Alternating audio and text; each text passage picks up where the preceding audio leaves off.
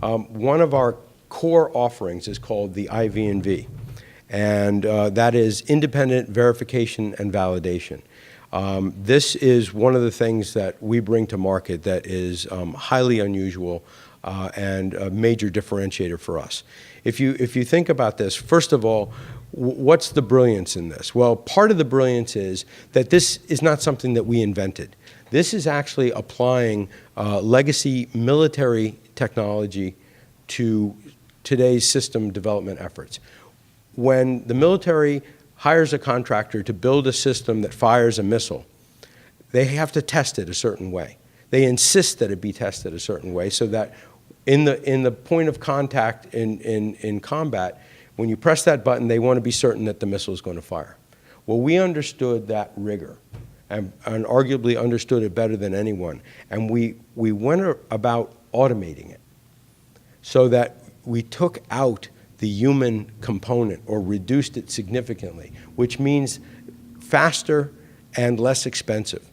So when Galaxy is hired to take, let's say, a legacy computer application and make it a modern computer application, that is to say, to transform it, or to help our customers connect, which is a big part of what's going on in the healthcare industry, we apply this methodology and this tool set, and we're able to save about 50% of the effort. That is to say, it's 50% faster and about 50% cheaper than non-automated solutions.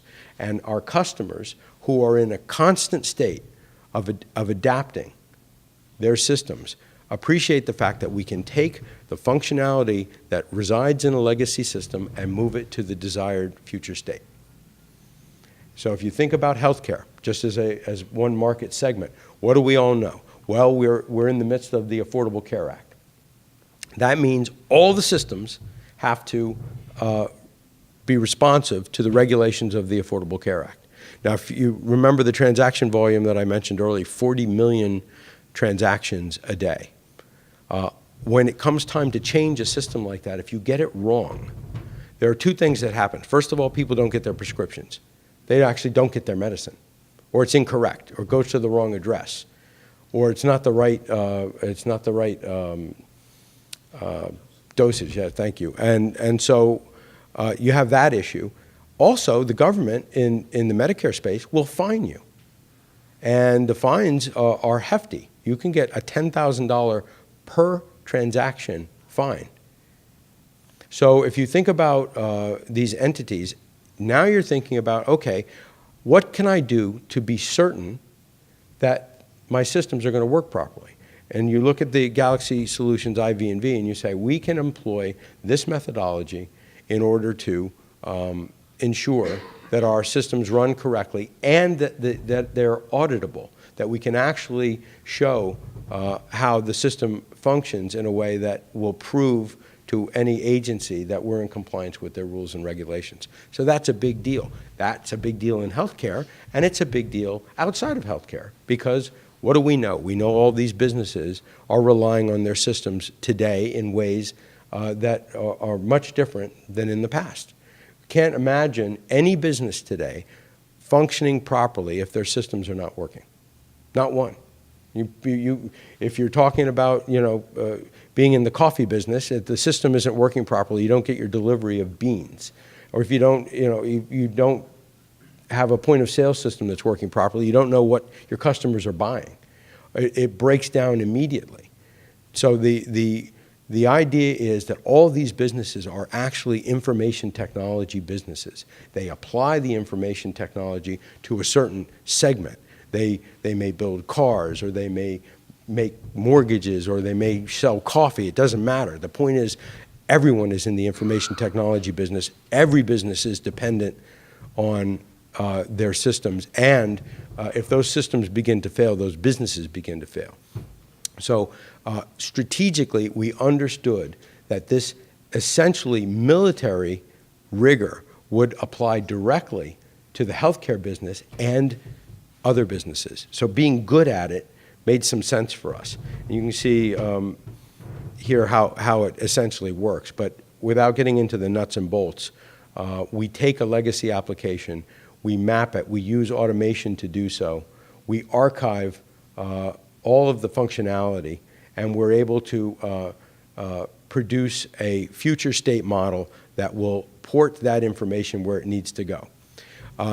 If you think for just one moment, anytime you buy an airline ticket in the United States, your ticket is produced by a system that was built in the 50s and 60s using something called assembler language, which is arcane by today's standards. And yet, that's what's driving it. So you're looking at a situation where you're in a constant state of taking a system, no matter how old it is, and using it as a base for work being done today. That's why this particular capability of ours stands out in the marketplace, major differentiator, major source of pride and accomplishment for our firm. Talk for a second about developing plans. You see Eisenhower there, who had a great quote, which I'll paraphrase, which is, we spend all this time developing plans, and the plans themselves we end up throwing out, but the process of developing them is incredibly useful. So it means that you think through what you're doing.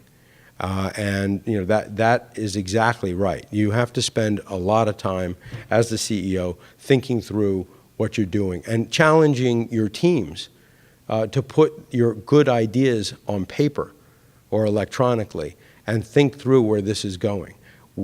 There are a million great ideas. Planning them out, understanding the expenditures involved, understanding the financial implications, understanding where we're taking it, how it's going to resonate in the marketplace. Those are all planning exercises, and it challenges us to think through what we're doing.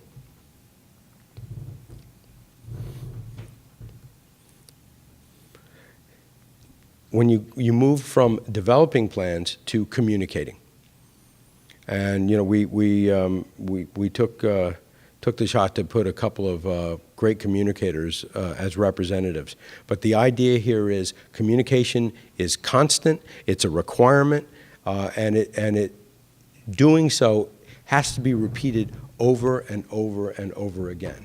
As a chief executive, reaching out to and being involved with, listening, talking, communicating with members of the team is absolutely critical on all levels. Understanding what people are thinking, understanding what their challenges are, what their perceptions are, and also bringing the message to them. And it's not a one-off, it's a constant. Every time you sit down, you have to reiterate whatever your message is that you're bringing to them. And I think that's a major role of a chief executive. So when you communicate within an organization, you're interacting, you're bringing the message, and you're setting up also a management by objectives framework in which every member of the organization receives the strategic goals of the organization every year, including task by task whose responsibility is laid out in the document. So you bring people together to understand where the firm is, where it needs to go, and it's all a matter of getting people on the same page. It's a matter of communicating your vision for the firm, understanding what tactics are being employed, and constantly reinforcing where you're taking things. This is a dynamic process. It has to be respond to actual business situations. So these plans are updated constantly. Culture. I will say that one of the major benefits of coming to Detroit is being neighbors with Quicken Loans, and I'm very proud to say that we've been adopted by Dan Gilbert and Bill Emerson and Ling Long Hee at Quicken, and quite frankly, if you've never been to an ISM session where Dan Gilbert and Bill Emerson essentially do an orientation for their team members, it's something to be seen. The culture of an organization has to be developed. It has to be grown. It has to be nurtured. One thing that you say about culture is that if you're not actively involved in developing culture in your organization, it will develop itself, whatever that is, good, bad, or indifferent. And so one of the major lessons of being next to a company like Quicken has been our focus on developing culture and applying it. In Galaxy, we have something called the EPICS program, which is employee experience, and you can see to the power of Galaxy. And we have launched that program in the last year in terms of actively developing and enhancing the culture of our company, including articulation of core values that are very meaningful. And this is all over the world for us. So if you go in any Galaxy office around the world, you'll have a regular articulation of our core values and the EPICS program, which is designed not only to speak about culture, but to actually make working at Galaxy as rewarding as possible in all terms, in terms of professional development, personal development, fun, and bonding with one's employees and customers. So the active development of culture is something that we think is extremely, extremely important. Talk for a second about managing the business. And really, you know, communication, again, is a massive challenge and opportunity. When you're talking about communicating with your teams, you're also talking about communicating with customers. As I said at the outset, we're looking constantly for what the trends are in the marketplace. We're looking constantly to understand how we can differentiate ourselves from our competitors. Clients will tell you how to do that. They'll tell you directly. They'll tell you what matters to them with their business, what they're trying to accomplish. And it's up to you to translate that into services and offerings that will make sense to them. And it also challenges you to bring them stuff, bring them ideas. You know, I know you're trying to do all these systems, and I know you have a limited budget. Here are some ideas about how we can accomplish that. And that level of communication is critical. Customers need to be selected. Don't just do business with anybody. There are all kinds of, you know, it in fact is the cultural matching of Galaxy with a customer. That cultural interaction needs to work. It needs to be consistent. If it's not consistent, then you have a customer that approaches their business one way, Galaxy approaches it another way, and they're not compatible. So one actually selects customers. Now, obviously, if you're starting a business, you may be tempted to select all customers, considering that you know, they're willing to pay you. But as you mature as an organization, you want to focus in on customers that operate their businesses in ways that are compatible with the way you operate your business, and learn from them.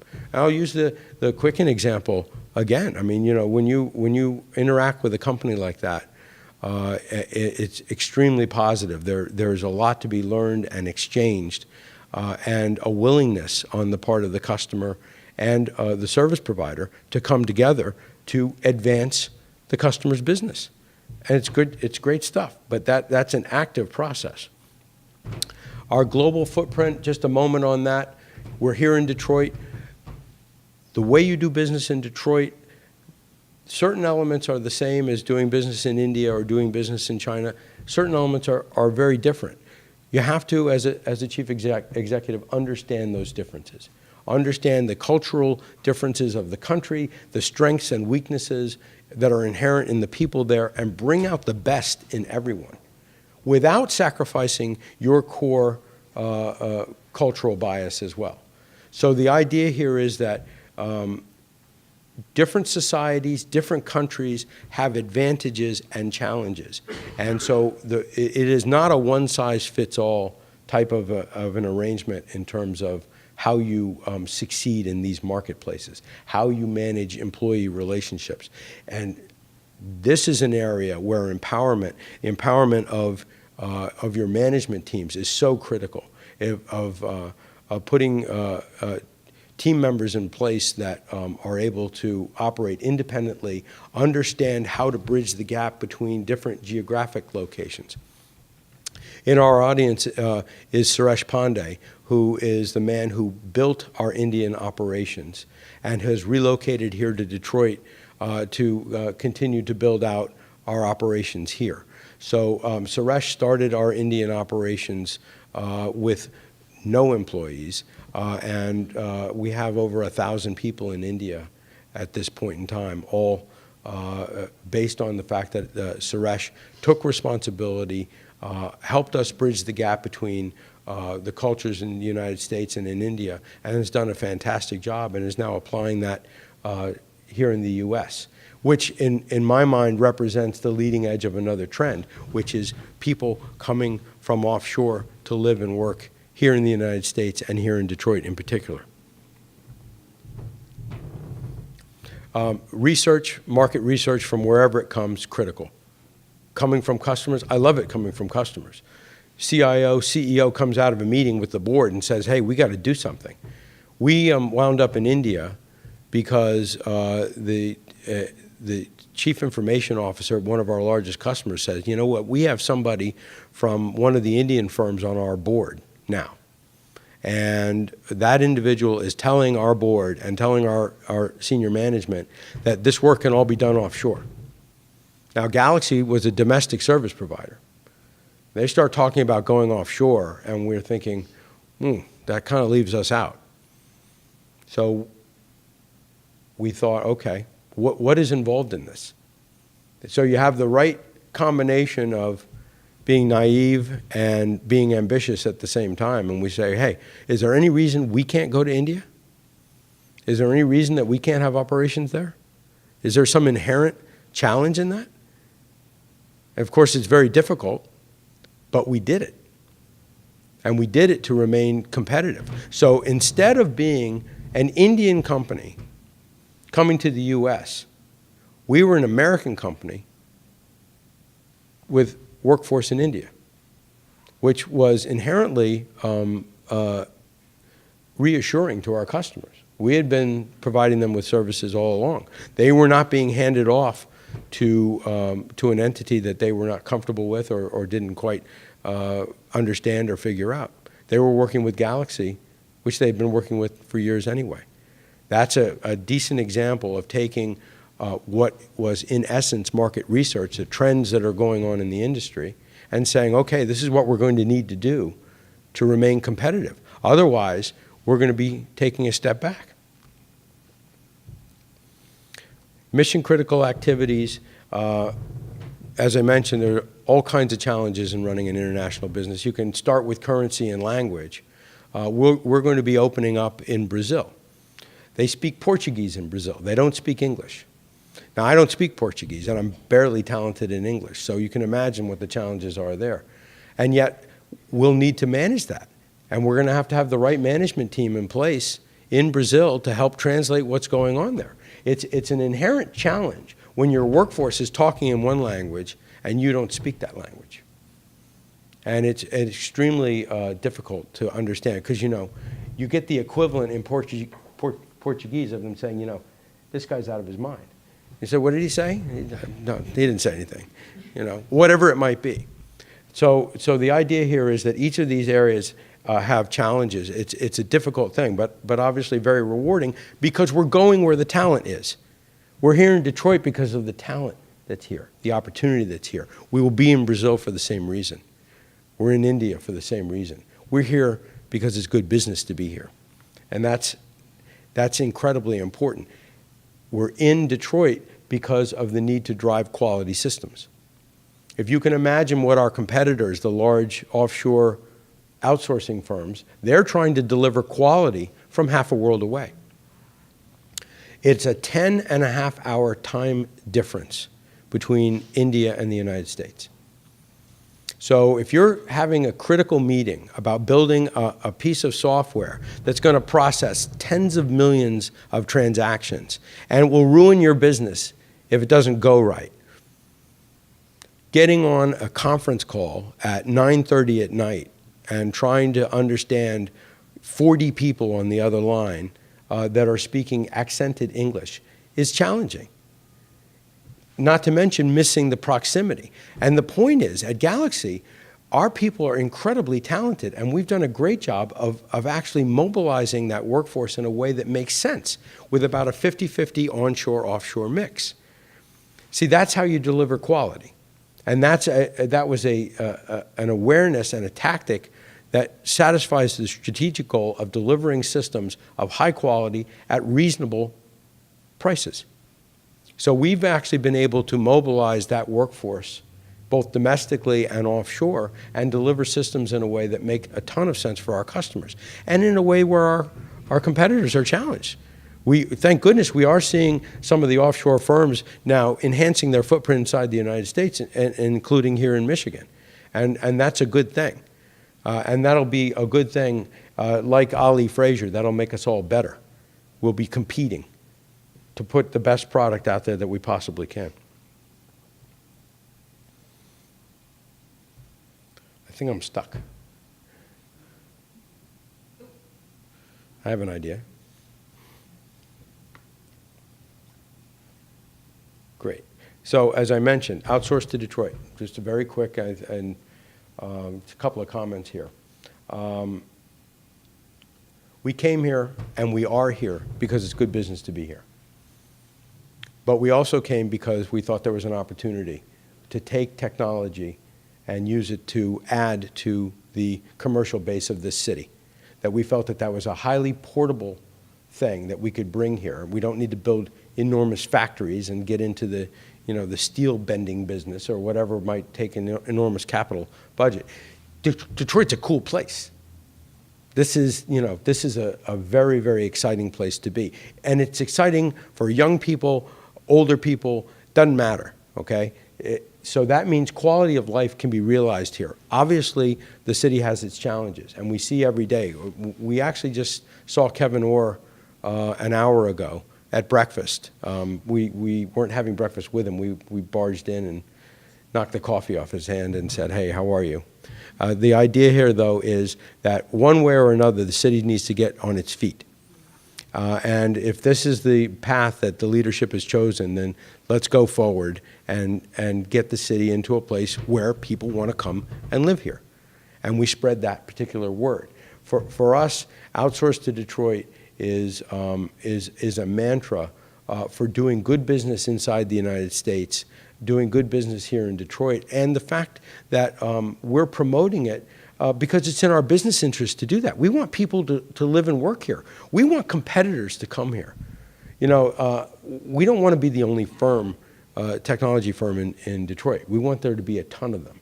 Because if those firms come here, first of all, everything is going to rise in terms of value, but it's also going to mean all kinds of talented people are going to come here, and a bunch of them, when they interact with Galaxy, are going to say, hey, I may want to go work for that company.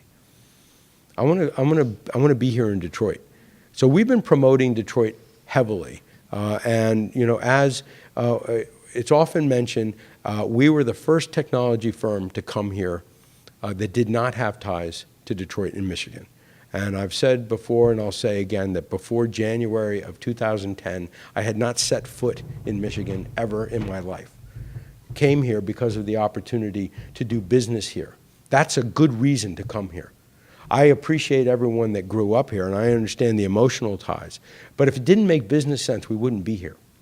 And making business sense is the incumbent thing. That's the main driver for saying, let's be in Detroit. Because it's good business to be in Detroit, and it's still good business to be in Detroit. And over the 3 years that we've been here, some incredibly wonderful things have happened and continue to happen. The challenges are obviously still here, and much needs to be worked out. But we are extremely happy and excited by our investment in Detroit. Hiring and recruiting is an interesting offshoot of this. We came here because unemployment was something like 18% or something when we first got here. All kinds of people with all kinds of talent were unemployed. So that's easy, right? Let's just hire all those people. Well, 3 years later, everyone's been hired. Okay, everyone that had, if you want to call it, low-hanging fruit of skills that say, hey, this is a no-brainer, bring them in here. What do we do now? How do we go from there? Well, major elements here, in addition to our driving geographic diversity, is education and training. And we are participating in a program called IT in the D that's being led by Ling Long He at Quicken, that is going to drive direct alignment between community colleges and universities and the region's hiring needs. The participants in this program include Blue Cross Blue Shield, Detroit Energy, Quicken, and Galaxy. So you're talking about major IT consumers that will go to the community college and say, here's a profile. This is what we want. Almost like putting in an order. And the community college, because it wants its people to have jobs, will say, we will teach to this. And we will have these people have these skills when they come out. And as the regional consumer, we will then hire them. This is not anything we've invented. This goes on in India all the time. The major universities in India, essentially, their last year of their curricula tracks directly to the entry-level programs of the major outsourcing firms. And so there's a line to get in these universities because they know that when they get spit out the other side, they're going to be consumed by the outsourcing firms. And that's exactly what we're looking to construct here in Michigan. One of the things that attracted us to this area were the colleges and universities, the best in the world. And yet 50% of the graduates leave, not retained in the state. And in launching IT in the D, what we've learned is that the administration of these organizations, of the educational institutions, want desperately to support the hiring needs of the local businesses. So we're going to put that together. A relatively simplistic view, but ultimately incredibly powerful in terms of turning this city, which is making an imprint on the world from a technology standpoint, into a factory that actually turns out the next generation of workers. Let's not forget that a lot of the legacy systems that are turning out airplane tickets and prescriptions are built by a workforce that's retiring en masse over the next 10 years. Who's going to run those systems? Where's that work going to get done? It's a major opportunity for firms like Galaxy. It's a major opportunity for the city of Detroit to answer that call through training and alignment with educational institutions.